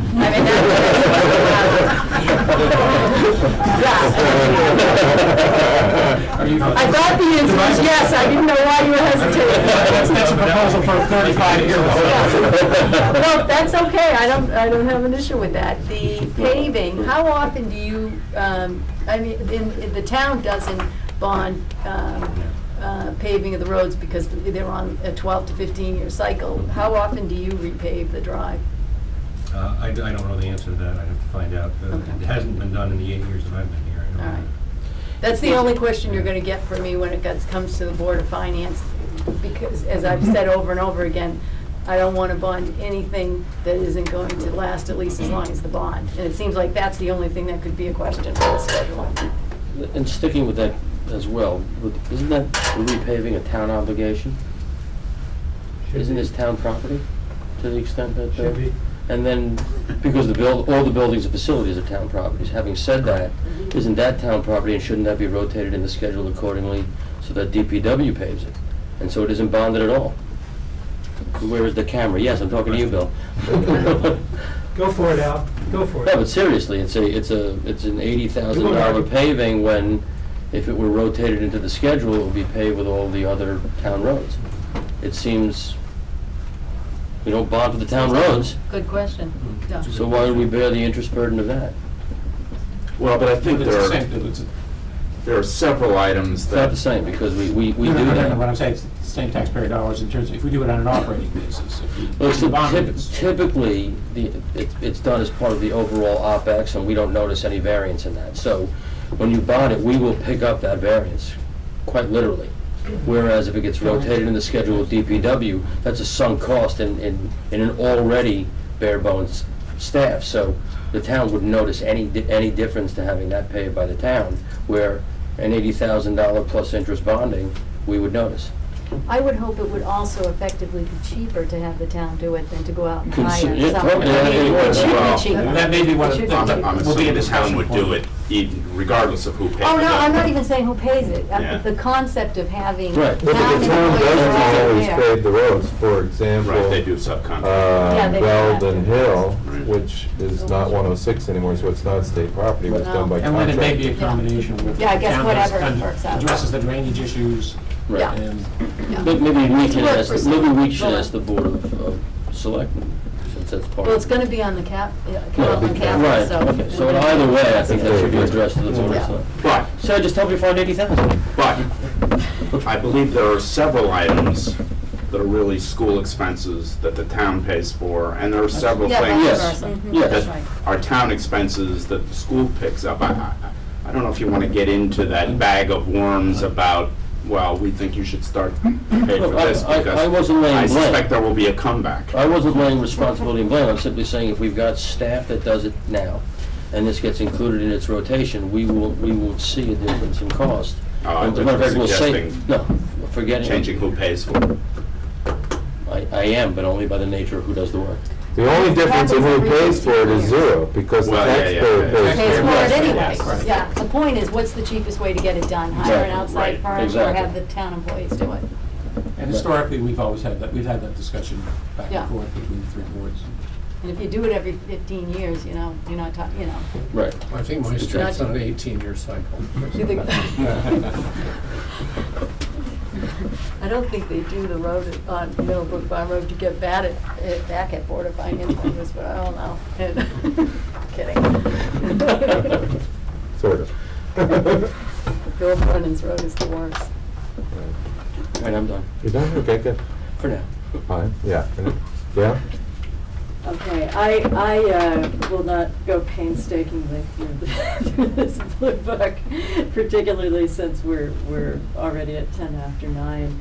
And also for the same reasons that someone brought up earlier, which is that there are not a lot of items in here, when you look at them as line items, where you see these great big surprises that something went up dramatically. You know, there's one or two where you can talk about $10,000, but it's probably not where we can most usefully spend our time right now, and won't do the job anyway. So I want to ask you a couple of questions that we probably can't answer tonight. I also just want to make a couple of remarks so that, you know, we know where we are. I am concerned about the whole layout of everything. For, first off, what Andy said in the beginning, that if we look into the future, so many of these fixed costs, which you can't do anything about, are there and there to stay, which puts a lot of pressure on everything else, the things that we really care about doing well. At the same time, I'm very concerned by the consequences of the legislation that Gary referred to earlier, because in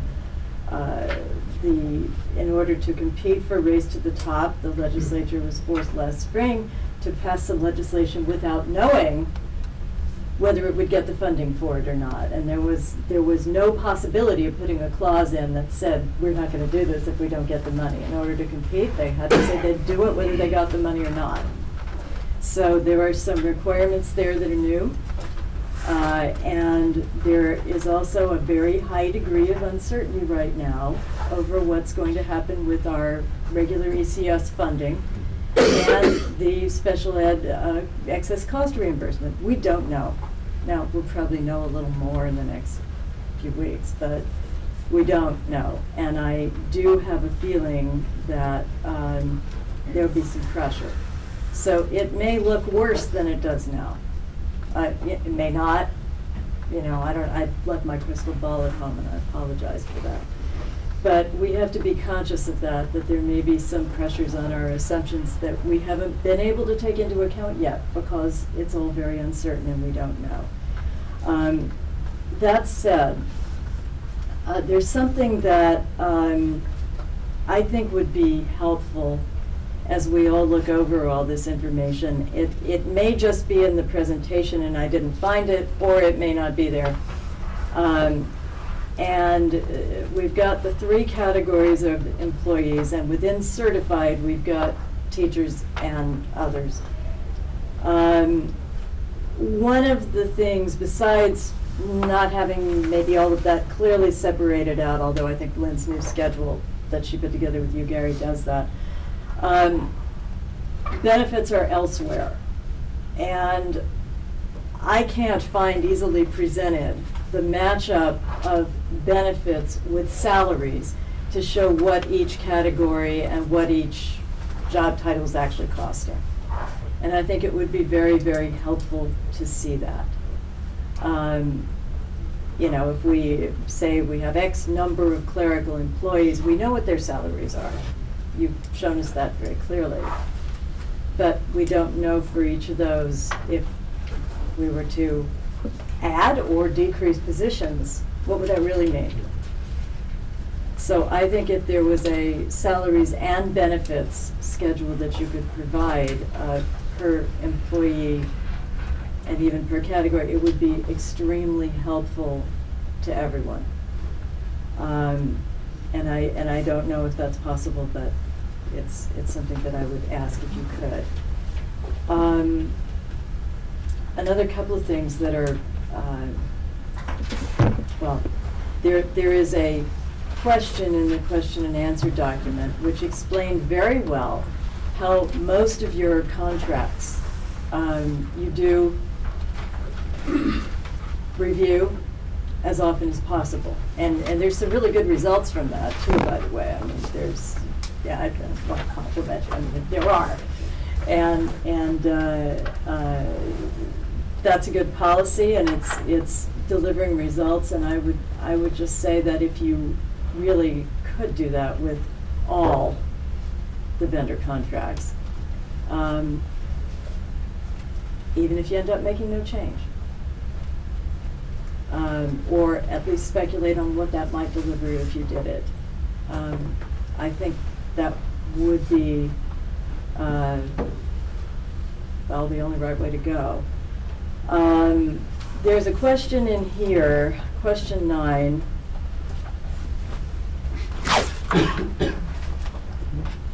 It's not really the question 9 is an example of a larger thing.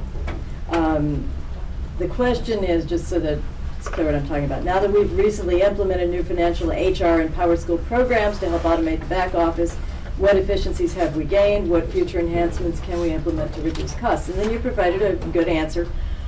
You start by saying that this wasn't intended as cost saving, but rather a process saving measure and so on. But then you do go on to say that this kind of Power School and the approval process and so on has led to cost savings and time savings. We no longer mail attendance notifications to parents, and this drives our costs down and saves us time. Gary outlined a number of measures that have led to either time savings or improvements in quality or the ability to do things better down the line. To help see forward into the future, if there were any way, I know you can't always just quantify, boom, here's the dollar figure, we didn't do it to save money, but you are saving time. And when you save time, you're saving labor. Is there some way to give us a measure of the cost benefit that you're getting out of these different, very good things that you're doing, that you've given us, I think, an excellent account of? And that leads me to my next remark, which is we've had the discussion before, and it was a good discussion, about the usefulness of being able to look ahead. And you've explained that in some areas you can't. But I do believe, particularly because the fixed cost, and it's not really fixed, but the overhead or the mandated or whatever you want to call it, those areas are so fixed and so certain that they will be there until the cows come home. It should be possible to look at what those will do 3 years out. It should be possible to look at how some of these savings will kick in 3 years out. I think it would be very helpful, and some of the benefits and insurance costs, things like that, to look at those going forward really help us get a handle, all of us, not just us, but you and the town, on what we're facing now and the implications of that for the future. Any work like that that you could do, I think, is and so I ask that, I guess, in the form of a question. But there must be some things that you can make some assumptions looking outward into that time horizon. I think it would be helpful for us all. I think, and I'll just make one final remark and then I won't go into all this depth because we do have email. I think that a lot of the concern that we've heard from various people and so on is that no one, I don't think anybody wants to see teaching numbers, quality courses affected by financial matters if it can possibly be helped. But there is the matter of other areas, administration, clerical, all of those things. What kind of insight can you give us into that and what the possibilities are there? And secondly, I know that we cannot discuss this in this forum, so I'm not asking you to, but I'm mentioning it as a remark, that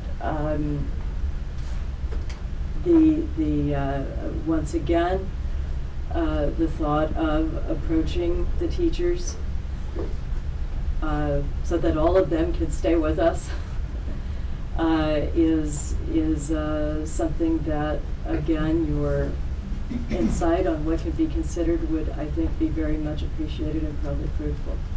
So that's all I have to say. Thank you. Can I just take her last comment and make it into a question? Could you, I know you can't talk about any specifics, but can you talk about approach, timeline? If you were going to do something like that, is this the time? Is it later? What's, just kind of give a little bit of information about that you can. Well, I think, as I said, the recommendation we have, our next board meeting is next week. We would need, if we could, depending on people's schedules, can convene an executive session to talk about that.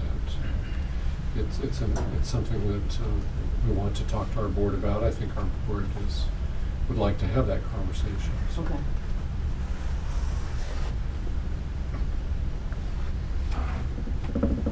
Me next? Yes. Forgot you didn't I'm have. very tempted to ask why we just can't reclassify all the teachers as custodians and solve any of our problems, but I guess I won't ask that. So much like many of the others have said, I've gone through this. I really don't see anything that I would consider an unreasonable request, considering so much of the increases are contractually driven. I also recognize there's money in here to cover some of the things that you had hoped to do over the last 2 years, but you simply couldn't afford to do with the budget cuts that were imposed on you. I think as I looked at supplies and textbooks and field trips, there are, could you shave some of those a bit? Sure, but in the big picture, all of that would probably add up to almost nothing, so to speak. Over the last 2 years, we've had a lot of conversation, discussion, debate around things like pay to play and, where smart boards are really a good idea or aren't they a good idea, and I see no reason to cover any of that ground again. So I really don't have many questions. A couple of them were already answered. A couple of them, I've got small questions about a couple of the FTE positions that you're adding. So if we are going to do an email, we can wait for that because those are pretty small. The one I did want to ask, though, is around the high school language lab. That's a pretty big line item. And my question,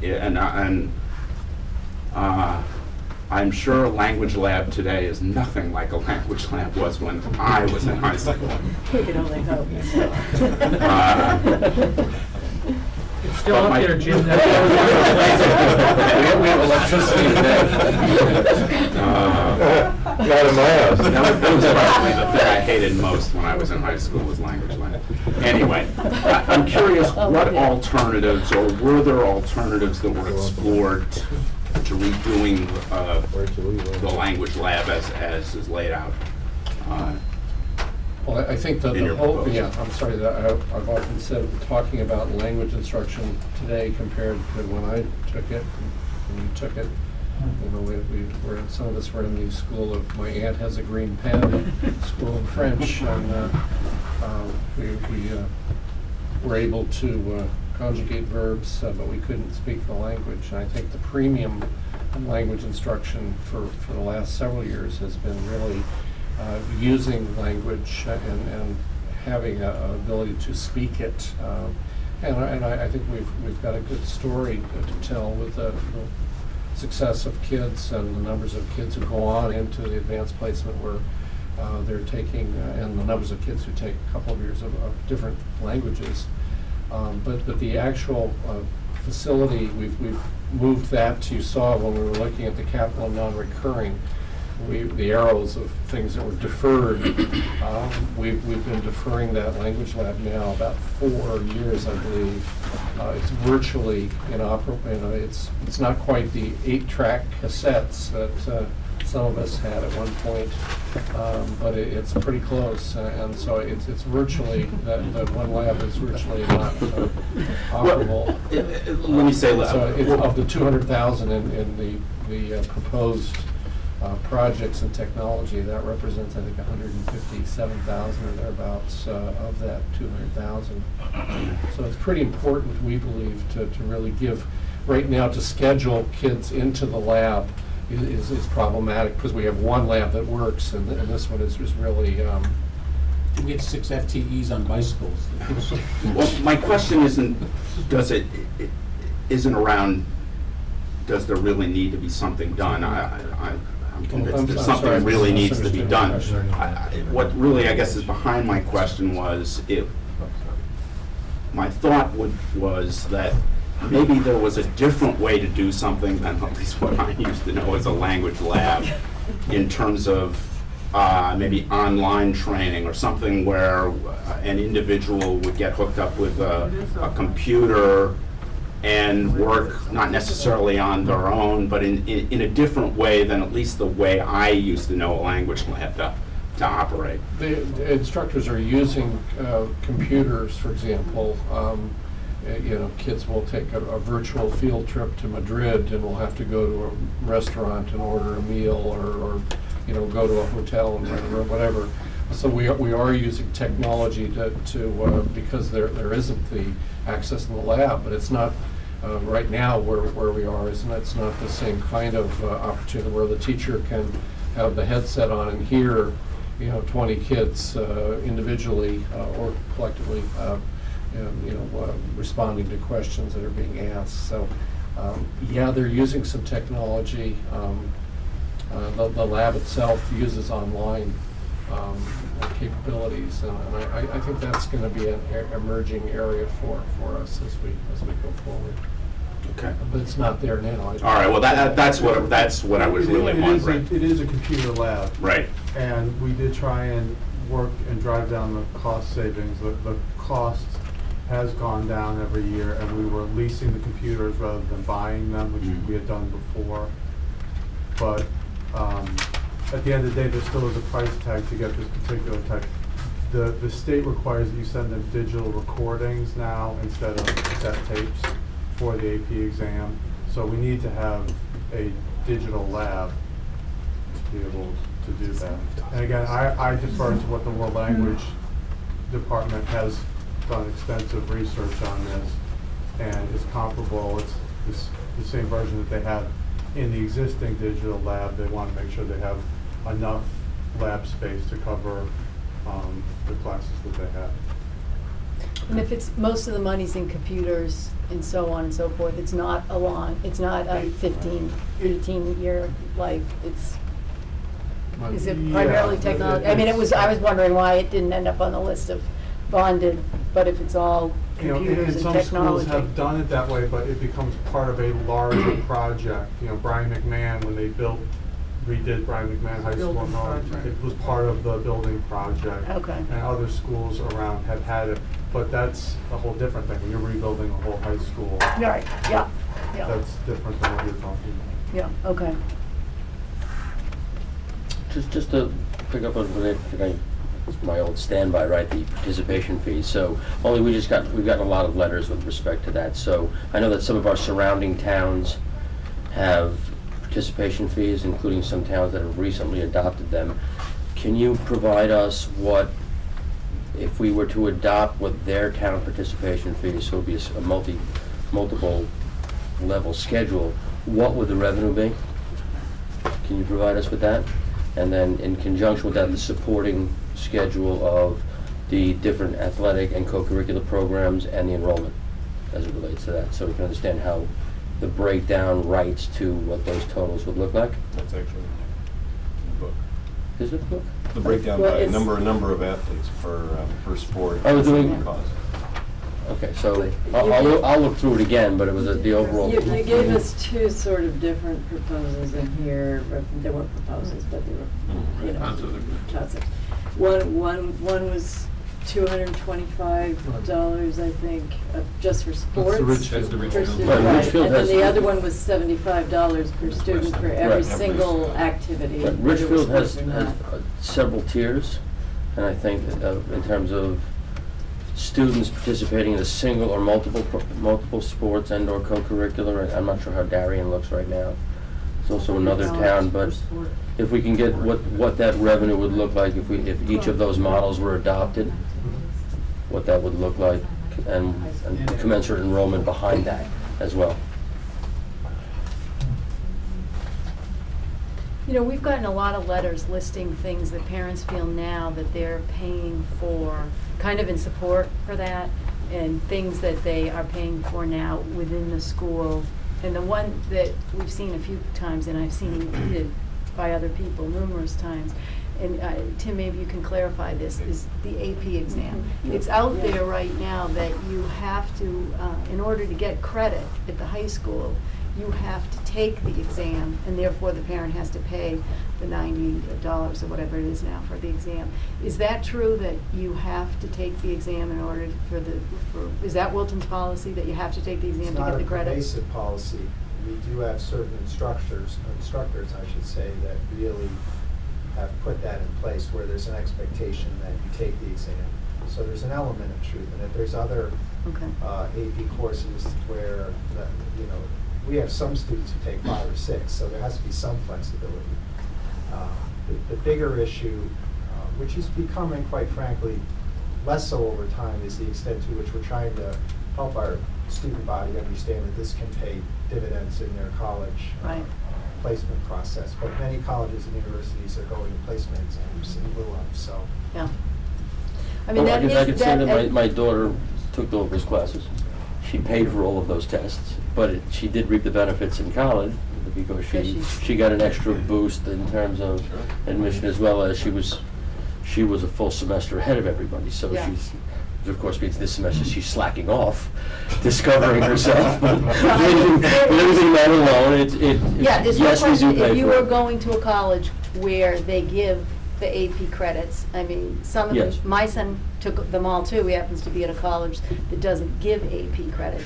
And I guess the inequity that this person has pointed out, which seems to be an inequity, we're not talking about an extracurricular activity, we're talking about an academic subject, and in an academic subject, you're being forced to pay a fee. Now, kind of the argument against pay for play is that forcing, and here we have it. And then, of course, we get a lot of letters about band, you have to buy the uniform, whatever. And again, you get a grade and you get credit in band. So just to let you know, we are hearing more and more of that with concrete examples like that. So whatever the decision is, I feel like the decision really has to look at all the policies and embrace all of them. And there's, a consequence to what do we do about the people that are now paying and that revenue's coming in? And if we're saying that's a wrong thing to do, how do you deal with the other side of that? And ski team, we get letters saying my kid skis instead of playing basketball, so Of course, he my pays kid's on to the ski team, participate, and I pay and for the that kids who too. play basketball don't. So Well, why we is would that? draw a distinction that these families are paying for services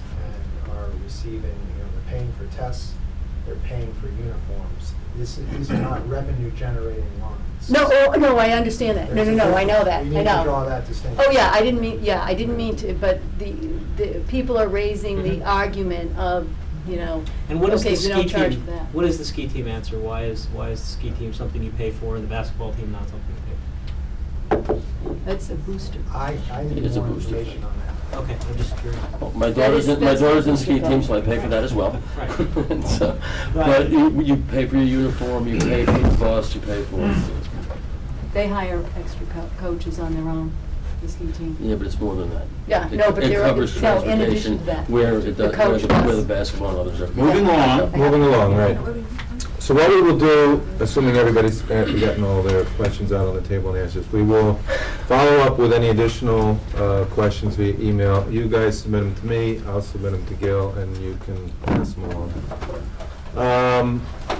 And that will conclude this meeting.